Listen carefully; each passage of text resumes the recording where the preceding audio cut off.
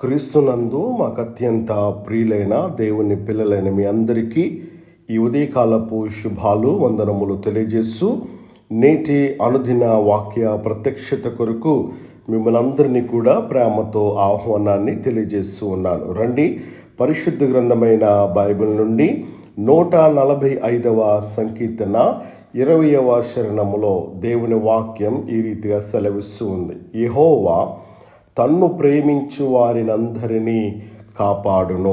ప్రభునందు ప్రియ సహోదరి సహోదరులారా, ఈరోజు మనం ధ్యానించబోయేటువంటి వాక్యం మన జీవితానికి ధైర్యం, నమ్మకం, భద్రతను ఇస్తుంది అనేటువంటి సత్యాన్ని మనం గుర్తించాలి.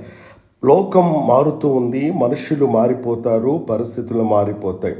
కానీ ఒక విషయం మాత్రం మారనటువంటిది ఏంటో తెలుసా? దేవాది దేవుడైనటువంటి యెహోవా తనను ప్రేమించేటువంటి వారిని ఎప్పటికి కూడా విడిచిపెట్టడు, కాపాడుతూనే ఉంటాడు అనేటువంటి సత్యాన్ని మనం గుర్తించవలసిన వారమై ఉన్నాం. ఈ వాక్యంలో మనం చూస్తూ ఉన్నప్పుడు దేవునిని ప్రేమించేటువంటి వారిని, దేవుడు చూస్తూ ఉన్నది మన సంపదను కాదు, మన శక్తిని కాదు. దేవుడు మన స్థాయిని చూడగానే ఆయన చూసేది ఏంటి అంటే గనక మన హృదయంలో ఉన్నటువంటి ప్రేమను.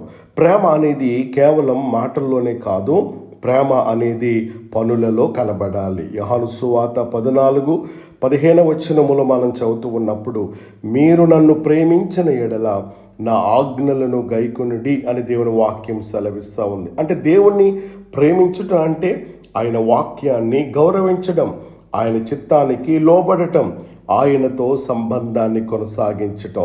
దేవుణ్ణి ఎవరైతే ప్రేమిస్తారో వారు ఆయనకు దగ్గరగా ఉంటారు. ఆయన దగ్గరగా ఉన్నటువంటి వారిని ఆయన కాపుదలలో ఉంచుతాడు. దేవుని బిడ్డలారా, ఆలోచన చేయండి. ఇక్కడ కాపాడును అనేటువంటిది సాధారణమైనది కాదు. మనుషులు కాపాడలేనటువంటి సమయంలో, పరిస్థితులు సహకరించినటువంటి సమయంలో, మార్గం కనిపించినటువంటి సమయంలో దేవుడు ఏం చేస్తాడు అనంటే గనక ఆశ్చర్యకరమైన రీతిలో మనల్ని కాపాడుతాడు. దావీదు సింహము నుండి, ఎలుగుబంటి నుండి దేవుడు కాపాడాడు. దానియేలును సింహపు యొక్క గుహలో నుంచి దేవుడు కాపాడాడు. శద్రకు, మేషకు, అబేద్నెగోలను అగ్నిగుండంలో నుంచి కాపాడాడు. ప్రియ దేవుని బిడ్డలారా, ఆలోచన చేయండి. కాపాడుట అంటే సమస్యలు రాకపోవడం అని కాదు, సమస్యల మధ్యలో కూడా దేవుడు సురక్షితంగా ఉంచుతాడు అనేటువంటి సత్యాన్ని మనం గుర్తించాలి. ప్రేమించినటువంటి వారిని ఎందుకు ఆయన కాపాడుతాడు? ఎందుకంటే ప్రేమలో సంబంధం ఉంది, సంబంధములో బాధ్యత ఉన్నది. దేవుడు చెబుతూ ఉన్నాడు, నీవు నన్ను ప్రేమిస్తే నేను నిన్ను వదలను.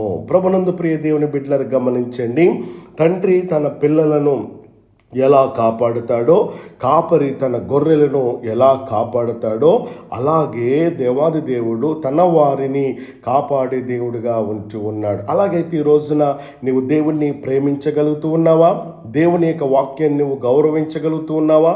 దేవుణ్ణి ప్రేమించేటువంటి వారిని ఆయన కాపాడును అని వాక్యంలో మనం చదువుతూ ఉన్నాం. అలాగైతే దేవుణ్ణి ప్రేమించేటువంటి వారి యొక్క లక్షణాలు ఎలా ఉంటాయి అని గనక మనము ఆలోచించగలిగినట్లయితే, వారు ప్రార్థనలో స్థిరంగా ఉంటారు, వారు వాక్యాన్ని ఆచరిస్తారు, వారు పాపాన్ని ద్వేషిస్తారు, వారు దేవుని చిత్తాన్ని కోరుకుంటారు.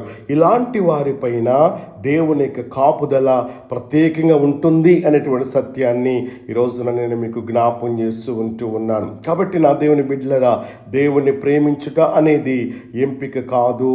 ఈరోజు మళ్ళీ మనమే ప్రశ్నించుకుందాం, నిజంగా నేను దేవునిని ప్రేమిస్తున్నానా? నా జీవితం ఆయనకు ఇష్టమైనదేనా?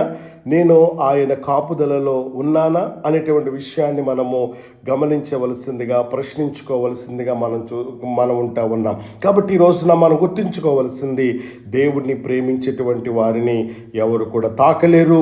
ఆయన కాపుదల అపరిమితం, ఆయన రక్షణ నిత్యమైనది అనేటువంటి విషయాన్ని నేను మీకు జ్ఞాపం చేస్తూ ఉన్నాను. కనుక యెహోవాను ప్రేమించేవారు భయపడరు, యెహోవాను ప్రేమించి వారు పడిపోరు.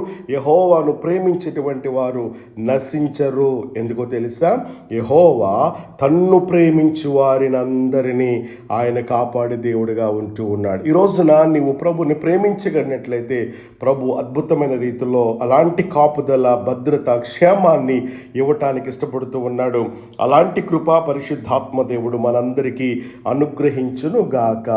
ఆమేన్.